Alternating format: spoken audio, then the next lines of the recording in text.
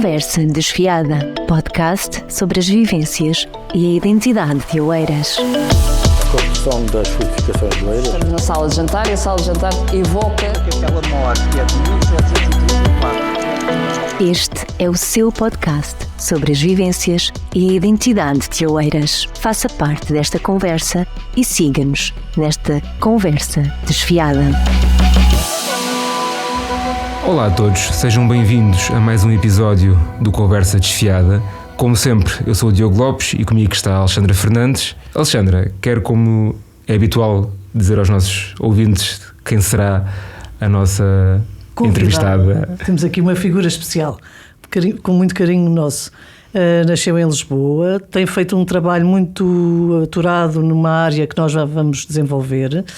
Tem uma licenciatura em Línguas e Literaturas Modernas, uma tese de mestrado em História ao Vivo, que é um dos conceitos que vamos trabalhar aqui assim, e inclusivamente não chegou a concluir o doutoramento, mas tem o diploma correspondente ao curso de formação avançada. Portanto, uma série de graus académicos que são importantes na área que desenvolve, embora não se fixe só nesta... Portanto, a palavra em si é algo muito especial aqui para a nossa convidada, nomeadamente através da poesia, que é outra das aventuras em que gosta de se meter, porque as palavras têm a sua força, como disse um dia um poeta. Nós aqui hoje vamos falar essencialmente de recriação e animação histórica, que tem sido uma das grandes apostas aqui no Concelho de Oeiras, onde temos contado com o trabalho da Raquel Coelho, criadora da empresa Sons e Ecos e de uma associação que tem um nome que eu gosto muito, que é Cantiga d'Alba. Aliás, os nomes são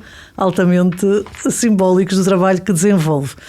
Portanto, feita aqui uma breve apresentação da Raquel, queríamos começar por lhe perguntar. Raquel tem uma forte veia artística que provavelmente se apercebeu desde muito jovem. Sim, não só o gosto pela palavra e pela parte artística de um modo geral. E até estética, não é? E da estética até. Eu não me apercebi logo, aliás demorei muito tempo a perceber-me, mas a minha mãe é licenciada em escultura pelas Belas Artes de Lisboa e eu tive uma educação estética desde pequenina, mas não sabia que a estava a ter. Só quando comecei a trabalhar, já muito mais tarde, eu estudei ao nível do secundário em artes, completei o 12º na Antónia Arroio, ainda inconsciente dessa, apesar de me entregar, de passar muito mais tempo, por exemplo, eu ia para a pintura, de passar muito mais tempo ligada à produção artística do que aquilo que as aulas exigiam, também ligada à poesia, desde muito nova.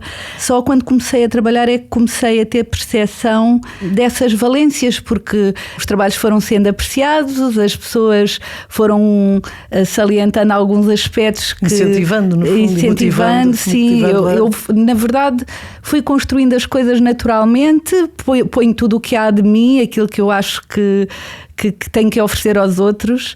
Gosto de partilhar tudo aquilo que julgo que pode fazer com que as pessoas fruam os espaços, as expressões artísticas, e só com o resultado vindo dos públicos, dos vários públicos e dos colegas também, com o incentivo das pessoas que me rodeiam, como as pessoas que nos convidam para trabalhar, é que eu comecei a perceber que havia realmente um gosto e provavelmente um perfil ligado à estética e às artes que se pode salientar de alguma forma. E que se apurou com a formação académica, não é? Que acabou Sim, foi tudo muito natural. A minha formação académica foi acontecendo e vai acontecendo. Eu ainda não a dou por concluída, mas vai acontecendo à medida que eu sinto necessidade ou de aprofundar mais alguma coisa ou de falar mais sobre determinado aspecto da minha vida profissional, por exemplo, como agora está a acontecer.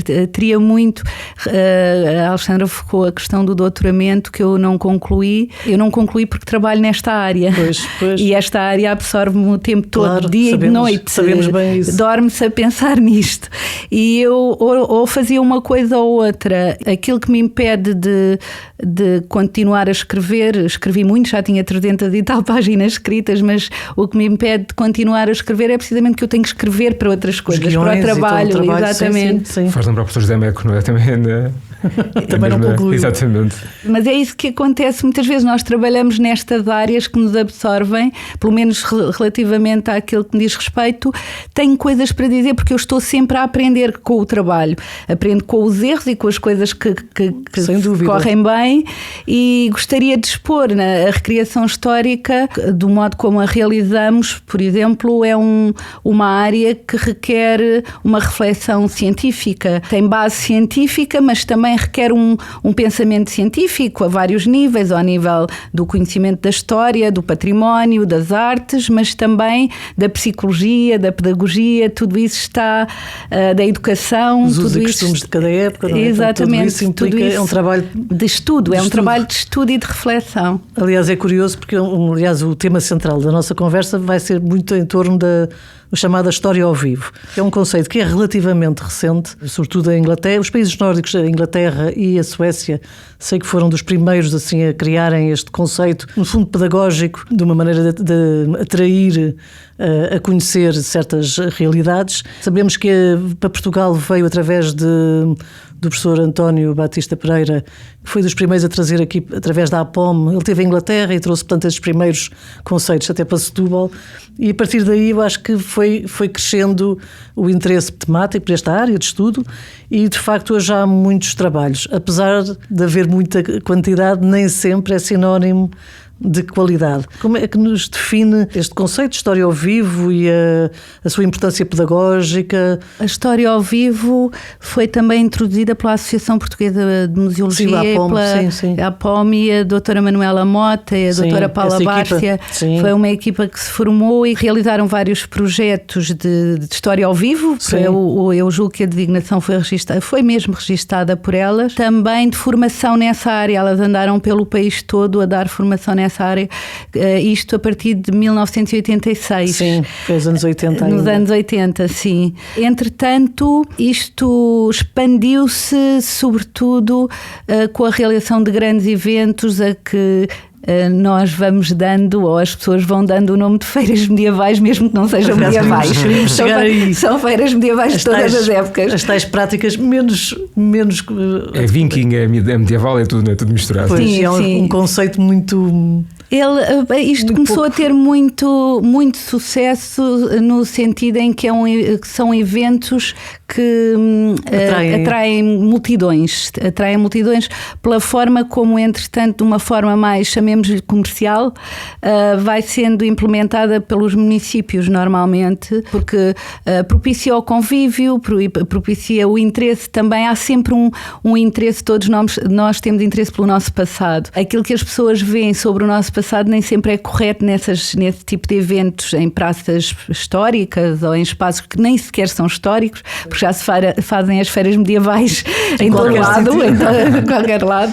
Mas o objetivo inicial era, sobretudo pedagógico, era transmitir a história através de estratégias lúdicas, através do teatro, logo desde o início, de modo a motivar, e esse foi o objetivo inicial da APOM, as crianças e os jovens primeiro para o ensino da história, para o conhecimento, porque era uma história, devem recordar-se que era sempre incidia muito sobre nomes de reis e datas, não é? Era muito maçudo decorar aquilo tudo, e pessoas formadas em história, como foi o caso, resolveram usar esta estratégia para tornar, no fundo, recorrer a um método pedagógico mais apelativo para as crianças e para os jovens, para os estudantes em geral.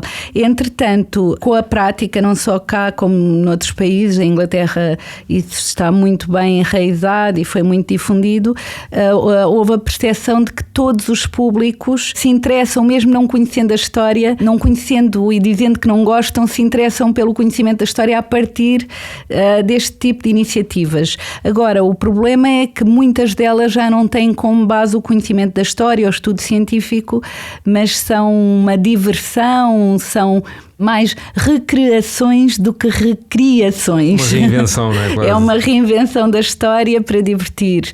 É entretenimento, depois envolve também a parte gastronómica. São conceitos que muitas vezes se baralham e que até confundem um pouco, porque há bons exemplos e há boas práticas. Pelo todo o país também há práticas menos bem conseguidas e muitas vezes são não são pedagógicas, porque não estão a passar uma mensagem correta, não é? Sim, eu não digo que não tenha os seus aspectos positivos, não se deviam chamar histórico. Sim, se calhar. Ou então histórias, ficção, qualquer coisa, mas não com essa base que é uma ciência, que é a história. Não devia remeter, porque depois engana. As pessoas não sabem se aquilo que vão ver ou que vão ouvir tem realmente um fundamento científico ou não. Mas não foi só isso que aconteceu, não é? Como na literatura, nós temos romances históricos que desvirtuam a história, que não têm poucas bases, são mais ficção do que história. E temos romances históricos como As Memórias de Adrienne, de Marguerite Yourcenar, que são fruto de longos anos de investigação e que não deixam de ser obras excepcionais e rigorosas também ao nível da história, não é? Sim, sem dúvida. E buscar um exemplo máximo, mas para fazer uma comparação com aquilo que se passa com a recriação histórica. Mas realmente, a par da recriação histórica, hoje os romances históricos também são muito apreciados e acho que às vezes são aspectos a valorizar na mediação com o passado, não é? Não é só o compêndio ou as aulas de história na escola que às vezes prendem a atenção, muitas das vezes não prendem, não é? Não motivam. E estes meios, no fundo, são mediações, não é? Entre uma realidade presente com a do passado, conseguir estimular, e eu acho que, por exemplo, aqui em Oeiras, com o vosso trabalho, e não é por acaso que este ano até foram agraciados com a medalha de prata, porque de facto tem sido um trabalho já de mais de uma década que estão aqui em Oeiras. Nós começámos em 2012. Pois, então já vai mais de uma década a trabalhar aqui em Oeiras, principalmente no Palácio Marquês de Pombal, mas também na Fábrica da Pólvora, e havendo outros sítios ainda a explorar, porque é uma excelente estratégia e temos tido bons resultados nos trabalhos que temos feito, desde os teatros que aqui se representaram, àquelas visitas encenadas do cotidiano, que foi tão interessante, os retratos. Sim. Houve um trabalho muito aprofundado aqui no Palácio. Fala-nos um pouco disso, o serviço educativo. Dessa sua passagem aqui pelo Oeiras. Sim. Porque sabemos, peço desculpa, a Raquel tem atravessado o país todo, a vossa equipa tem sido uns valentes, porque de facto de Braga ao Algarve, Portugal de les a les. Portugal de les a les, tem de facto dinamizado e no fundo é isso, a tal mediação, o insuflar vida de passado nos sítios presentes, não é? E chamando a atenção para o nosso património e para a nossa história e memórias. Mas a sua passagem aqui pelo Oeiras? A minha passagem por Oeiras... Passagem que continua. Continuamos a contar consigo. Sim. Ainda não terminou. Temos muito gosto e uma ligação muito forte, mesmo ao nível emocional, aqui com o município e com as pessoas com quem temos trabalhado aqui na Câmara Municipal e com o público do Oeiras, porque também já vamos conhecendo o público e os públicos, não é? São vários tipos de públicos. Mas nós começámos com o serviço educativo. O nosso primeiro convite foi a partir de um e-mail que enviei para o serviço educativo com uma ou duas propostas.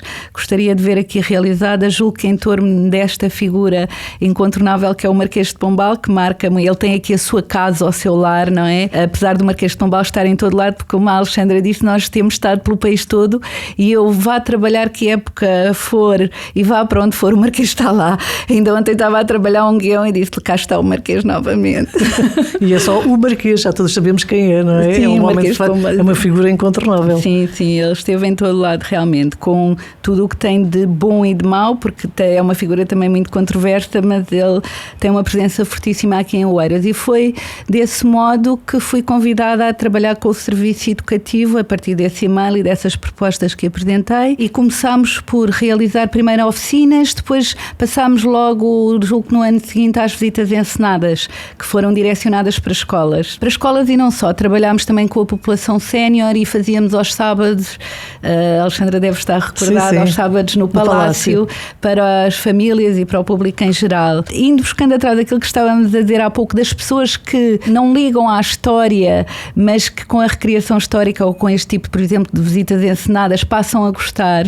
Eu tenho uma história logo aqui que vou contar muito brevemente, que foi com um senhor, era um grupo de uma universidade sénior, julgo daqui do município, sim, do concelho. O senhor, a dirigente do grupo, a pessoa que estava à frente, que tomou a iniciativa de marcar a visita, veio ter comigo. Ele não queria nada vir, aquele senhor vinha contrariado, mas eu lá o convenci que diz que não gosta de história, nem de museus, nem nada disso, e eu fui acompanhando a visita. Gosto sempre de ir anónima, incógnita, atrás, a acompanhar os grupos, sobretudo no início de projetos, para ver como é que funciona. Gosto muito de ver a reação do público. Às tantas, já num momento avançado da visita, vejo esse mesmo senhor dizer para o outro: olha, que isto é muito bom, nós vemos o museu e ainda temos direito a ver o teatro. E portanto ele ficou conquistado, e que era o senhor que não queria vir à visita encenada. Nessas visitas encenadas nós tentamos que há sempre, como ainda há pouco disse, há sempre um rever da história, não é? Nós tentamos que tudo aquilo que nos chega, que não é tudo, não é completo, mas tudo aquilo que nos chega nos sirva de documentação para criarmos depois, lá está, uma espécie de peça de teatro que vai atravessando vários espaços, com várias cenas a acontecer em vários espaços. Aqui o que acontece é que o nosso objetivo não é apenas transmitir esse conhecimento do passado, como aconteceu, e se pude desenvolver aqui em Oeiras em muitos projetos que foram acontecendo ao longo destes anos, mas também motivar para a descodificação ou para o nosso conhecimento no presente, para a nossa reflexão, como é que nós fomos, o que é que nós fizemos até aqui, o que é que nos trouxe até aqui, quem somos nós e o que é que nós devemos fazer, que exemplos temos, o que é que há de bom e de mau no nosso passado para nos continuarmos a construir e a aperfeiçoar, que julgo que é aquilo que vimos aqui fazer este mundo, é tentar conhecer e tentarmos aperfeiçoar-nos e aperfeiçoar a nossa história. Nem sempre acontece deste modo, mas acho que deveria ser assim. E as nossas visitas e os nossos projetos, mesmo os projetos teatrais, fizemos algumas peças de teatro também ligadas a este património, ao espaço do Palácio, ao Marquês de Pombal, à sua época, foram sempre pensados nesse sentido. A última peça de teatro que aqui esteve em cena foi o Cândido, de Voltaire. Excelente trabalho, excelente trabalho. E que foi um trabalho também para estabelecer a relação entre, aqui havia muitos objetivos e muitos focos de interesse, mas entre a época do Marquês de Pombal, que é a época de Voltaire, a questão do terremoto, que abala o pensamento filosófico e não só, a vida social, inclusivamente na Europa, pelo menos no mundo ocidental, no geral, e foi esse tipo de reflexão que nos fez trazer para aqui essa peça, e depois a ligação a alguns aspectos que unem, na minha perspectiva, claro, a figura de Voltaire e do Marquês de Pombal também. Acho que nestes estudos eu demorei cerca de 3 anos, estive em estudos durante 3 anos até a peça estar pronta. E coincidiu numa altura em que nós trabalhámos um programa que era o Iluminismo. Exatamente. E as ideias que iluminaram o Marquês de Pombal, que trouxemos aqui em Oeiras. Infelizmente a pandemia acabou por não nos deixar concluir o trabalho, mas a peça veio precisamente a ser apresentada também nesse programa, porque fez todo o sentido e foi muito acarinhada, foi muito bem acolhida, sim. Porque de facto ela encaixou perfeitamente em tudo aquilo que nós estávamos a tratar nessas palestras, que tiveram uma excelente adesão, e a peça foi também de facto um elemento muito valorativo para este programa. Sim. E outra peça que eu acho que também foi muito interessante e que recebemos muitas críticas muito positivas significativas foi aquela pequena representação do francês em Londres, sim, sim. que no fundo é uma paródia muito atual, porque é aquela questão sempre entre os franceses e os ingleses, aquelas questões culturais, o gozo que há sempre entre os povos, não é? De caricaturar o outro. Esse trabalho acho que foi também muito importante. Sim, esse trabalho surgiu... É difícil quase que enumerar todos os trabalhos que já aqui fizeram, porque são muitos. Sim, eu própria despeço-me e esqueço-me.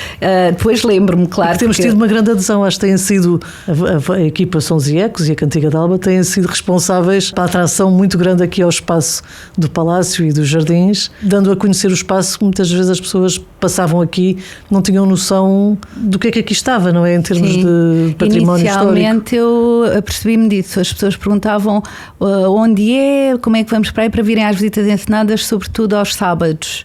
Onde é esse palácio? É em Oeiras, mesmo no centro de Oeiras, explicávamos onde era, e as pessoas vinham como se viessem para o fim do mundo, como se fosse muito longe. Eu hoje sinto que o público que vem a este espaço já está muito mais próximo dele, e acho que ficamos próximos não só com o conhecimento físico, mas também com a questão da identidade. Os atores, como eu digo, eu estou na retaguarda, a Alexandra sabe, estou sempre a acompanhar os projetos nos bastidores, e repare, os atores também me vêm contar que muitas vezes estão a desempenhar os seus papéis, a interpretar as suas personagens, e há pessoas que já os vêm cumprimentar, dizendo, eu vi, não sei, eu já conheço, não sei de onde, eu já estive, não sei o quê, há muito tempo já vi, e já vem... Uma interação. Exatamente, e já sabem até algumas personagens, já as conhecem, então, e a Juscelina, é mesmo, pronto, já se tornaram personagens conhecidas, reais, exatamente, da casa.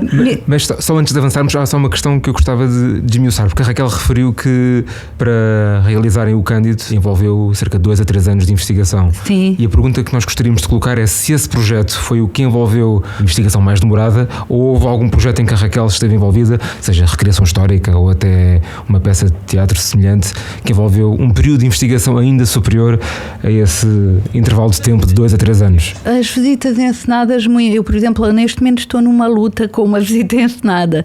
As visitas encenadas, por vezes, exigem também muito de mim, em termos de investigação, de procura, porque não me basta a documentação. Por exemplo, eu normalmente quando vou trabalhar para um espaço, e como aconteceu com a Alexandra, peço a documentação relativa à investigação que já está feita, às publicações que existem, documentos a que tenham acesso ou que eu possa consultar. Mas depois, para preencher a narrativa, porque há um lado ficcional sempre, não é? Mas mesmo para preencher, falta-me uma determinada personagem que não está aqui, eu tenho que pesquisar muito até chegar a essa personagem que me faz falta naquela narrativa, e eu não construo a narrativa com o material que tenho. A narrativa já é um processo criativo que às vezes me atraiçoa naquilo que eu queria só cingir-me a isto, mas eu tenho que ir buscar mais porque falta-me aqui esta personagem. Neste momento está-me a acontecer isso, precisamente com um outro guião. Aqui em Oeiras houve um trabalho muito denso, porque houve o projeto Venha Viver o Século XVIII, com os retratos do cotidiano do século XVIII, que eram visitas, em cada mês havia visitas direcionadas para uma temática, o amor e o casamento no século XVIII, a alimentação e a etiqueta, já não me lembro bem, mas pronto, eram estes temas que iam sendo explorados, e o trabalho de investigação e de conseguir material para preencher essas narrativas, que depois são as narrativas que atraem, claro, e com o trabalho dos atores, a sua interpretação e tudo mais, mas que atraem o público, não é só como numa visita guiada convencional, que é muito, uma visita temática, vai-se muito mais longe nesse tipo de visitas em termos de conhecimento, mas aqui as pessoas também estão à espera da representação, da narrativa, da história. O público mergulha numa história, numa vivência, acaba por fazer parte daquela experiência, não é? É uma Exatamente, é uma experiência também. Imersivo, é imersivo também, agora usa certa terminologia, é imersivo.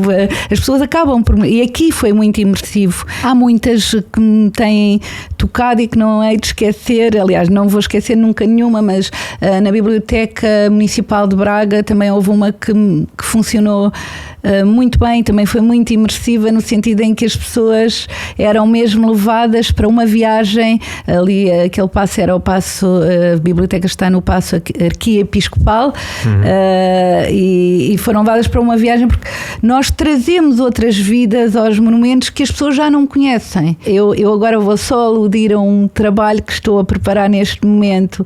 Nós fomos convidados, a equipa, para trabalhar na Assembleia da República, fazer uma visita encenada, e é nisso que eu estou a trabalhar. E eu estou na fase do mosteiro, não é? Dos beneditinos. Sim, São Bento. E as pessoas olham para São Bento ou para a Assembleia da República e não estão a ver essa história, não é? Vemos tudo e nós vamos recuar a esse tempo, e nesse momento eu espero que as pessoas mergulhem nessa época em que o mosteiro teve uma vivência completamente diferente daquela que tem hoje. Nós depois avançamos, e não vou desvelar muito, mas avançamos na história. Isto para dizer o quê? Que aqui aconteceu isso, portanto a pesquisa não se pode cingir àquilo que está mais ao nosso alcance, mesmo que haja muita documentação. Às vezes precisamos de coisas que nos custam muito a encontrar. Agora, o Cândido é uma peça de teatro bastante, e o filósofo, autor do conto filosófico, é uma figura muito densa que nos obriga a refletir muito. Teve que haver muitas escolhas, porque a peça, não sei se recordam, mas houve uma versão inicial que demorava cerca de 3 horas, que passava por várias salas, com uma série de sonoplastias que nos conduziam numa viagem, que era a viagem do Cândido, quase completa. Mas, entretanto, houve necessidade, porque houve o pedido de apresentarmos esse projeto para escolas, para o Oeiras Educa, de reduzir o tempo de duração da peça, portanto foi preciso cortar, mantendo a intenção, adaptá-la, mas mantendo sem perder a essência, exatamente, e também a intenção daquilo que queríamos focar, porque teve que haver opções desde o início, e o trabalho é muito denso quando é um trabalho deste tipo. Não quero dizer, não estou a dizer que as visitas encenadas sejam um trabalho menor, porque mesmo para os atores às vezes, em alguns casos, observo que até é mais difícil conseguir chegar. Eles são os pilares, ou seja, da mediação e da captação dos públicos aos espaços, para que as pessoas possam sair mais ricas, ou pelo menos com mais conhecimento sobre um espaço, se calhar que nunca tinham. Por exemplo, eu reparo na Sala da Concórdia, quantidade de pessoas que já foram ali ao Palácio na altura em que esteve aberto e que nunca tinham reparado no teto da Sala da Concórdia, e através dos atores que chamam a atenção para detalhes, e as pessoas de facto ficavam admiradas de terem passado tantas vezes por muitos dos espaços e nunca terem reparado verdadeiramente no encanto até há algum enigma, não é? Daquelas representações. Uma mística, claro. É um processo de descoberta, não é? É isso. E os atores estão lá, eles estão a interpretar, mas estão também como mediadores, como a Alexandra diz, não é? Então, estão nesse papel também de descodificadores. De atores, a mediadores. Sim, exatamente. E, no entanto, eles não se distraem, não saem das suas personagens, mas têm que responder, por exemplo, se o público intervém, eles inclusivamente motivam e estimulam a intervenção do público, e têm que estar preparados para improvisar, mantendo aquelas personagens que criaram, não é? É curioso, já demos aqui uma volta grande, mas a origem muito deste trabalho de interpretação do passado e de reviver o passado, não é? No fundo é tentar reviver alguns aspectos do passado, tem origem nos Tableaux Vivants em Versalhes, e a Raquel tem esse conhecimento. É muito curioso, não é? Por ser através de... Nós pensamos que é algo muito recente, como nós há pouco falámos, mas é algo que já se praticou no século XVIII, precisamente. A Madame de Genlis, que era preceptora agora não me recordo. Dos filhos do Dr. Legendre. Exatamente. Ela era uma pedagoga, ela tinha estratégias pedagógicas para ensinar, e uma delas era essa. Ela pegava nas pinturas, ou colocava-se com os seus pupilos, os seus alunos, podemos dizer assim, de fronte das pinturas, e fazia fazia-os representar aquelas personagens. E suponho, pronto, não tenho esse conhecimento, mas isso é o exercício que eu faço e suponho que ela o faria também, porque é uma pessoa que se percebe que tem uma construção pedagógica para o trabalho que desempenhou. Provavelmente ela colocava questões às pinturas e aos jovens que acompanhava, o que é que aquele estará a dizer, o que é que aquele estará a fazer, que é o que eu faço. Eu coloco-me em frente a uma pintura ou diante de um monumento e quem é que passou aqui, quem é que entrou aqui naquele azulejo, o que é que aquela senhora está a dizer, começa a colocar questões e é assim que também as histórias vão surgindo. Trabalho, não é? E o trabalho dela foi esse. No fundo, ele esteve a formar pessoas que poderiam perfeitamente integrar a nossa equipa da Cantiga da Aldeia de São Diegos. Bem, a nossa conversa já vai aqui assim bem longa. Não muito longa, muito mas de facto muito animada. É um testemunho muito importante termos aqui a Raquel para testemunhar o trabalho que tem feito e o trabalho que está por fazer, porque sabemos que isto é um conceito que está constantemente em mutação, e quase como um vírus. Sim. Que futuro é que nós temos para este tipo de trabalho? Eu acho que falta, pelo menos aqui em Oeiras, acho que eu gostaria, tenho esta ideia há imenso tempo, estou sempre a martelar nela porque eu sou de ideias fixas, mas isso até foi projetado antes da pandemia e depois ficou sem se realizar, mas nós acabamos por realizar, temos vindo a realizar noutras regiões do país, que é a questão da formação ao nível da recriação histórica. A recriação histórica engloba uma série de disciplinas, não é? E disciplinas muito práticas, mas também alguma parte teórica, e nós achamos que eu tenho a ambição de conseguir vir, porque o Oeiras tem imenso património, no qual, ainda há pouco a Alexandra falou do período romano, e isso é a identidade do sítio, não é? E é a nossa identidade, e nós valorizamos aquilo que conhecemos e com que nos identificamos, e essa formação nesta área, não só na área do teatro, mas da recriação histórica, com tudo o que ela tem de valências, julgo que era importante implementar aqui. Eu gostava muito e acho que isso está por fazer. Isso é uma boa dica que fica aqui assim registada, porque de facto é um caminho que é importante, que é passar, ou seja, isto não nasce do nada, não é? É preciso formar para que haja caminho a continuar este trabalho, não é? Que ainda há muito por fazer, certamente. Sim, e nós, ainda há pouco tempo, o Diogo estava aqui a pensar até para a Cartucha e disse: seria tão bom convidarmos a Raquel. Já estava a pensar em projetos para a frente, quer para a Cartucha, quer para outros sítios, porque de facto temos aqui muito trabalho ainda para fazer e para explorar, mas também para fazer formação até dos agentes culturais locais, não é? Que temos alguns bons exemplos com boas práticas, mas que se calhar precisam desse tal empurrão de formação, não é? Quando falo em formação, hoje em dia também há o termo capacitação, que já não é bem a formação, à partida pressupõe uma avaliação, se calhar é duro demais, não é? Mas formação, capacitação, mas nós fizemos esse trabalho na Beira Baixa, em Pombal, no Cadaval, com a comunidade, por exemplo, com grupos muito heterogéneos, desde crianças, escolas de turismo, pessoas de universidades sénior, também fizemos em Braga arranjos folclóricos. É essa possibilidade das pessoas terem um conhecimento deste trabalho mais aprofundado, mais sério, porque isto é um trabalho sério, para poderem participar, até formando elas próprias ou criando elas próprias projetos depois, futuramente, com mais qualidade e com mais consistência, não é? Exatamente, e com que se sintam identificadas, mas falo também da comunidade, da população em geral, e não só de pessoas que possam vir a trabalhar nesta área, mas isto também é fruição, lazer, boa disposição e conhecimento, sempre assente no conhecimento. Raquel, obrigada por ter Eu é que agradeço trazido muito até a nós esta conversa muito agradável. Esperamos continuar a contar com a vossa equipa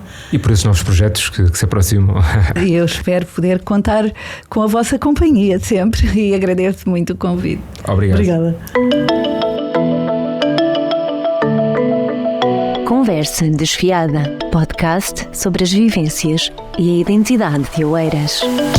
Construção das fortificações de Oeiras. Estamos na sala de jantar e a sala de jantar evoca aquela morte que é de 1734. Este é o seu podcast. sobre as vivências e a identidade de Oeiras. Faça parte desta conversa e siga-nos nesta conversa desfiada.